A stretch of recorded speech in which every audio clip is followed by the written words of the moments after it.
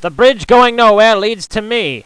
I drew a sketch for a silk screen to go on an Aphex t-shirt. It was Godzilla in the morning, frustrated with a toaster, and boisterous to glide his tongue over his coffee. The neighbors could hear him. Every time he moved, they could hear him. He was Godzilla.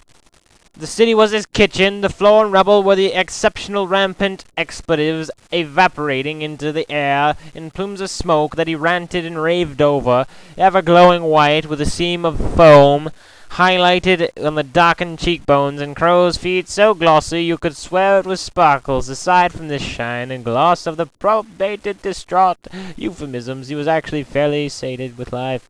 Smelted with hatred and rage, he gawked at the backs of his eyes with prompted teeth, bared and ready. The backs of his eyes must have been pretty, as he stood in his stance for a great while before giving a wheeze and putting the toaster down gently.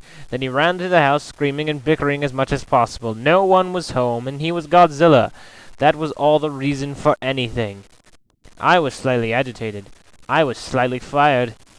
I could have killed a man or a woman or a child. I could have killed. I would have murdered my own life. If I were in the right place at the exact moment, I could have, which is always and never. I'm just content. I stayed otherworldly throughout the day, in being comatose, as others do, in the inhibitive state of safeness. Authoritarian bitching, I suspect. That was the god at the moment. Stress, just so I could line their pockets lazily. How inappropriately shameful to them. They go about trying to push me through a career withal bypassing certain quips I sought in life.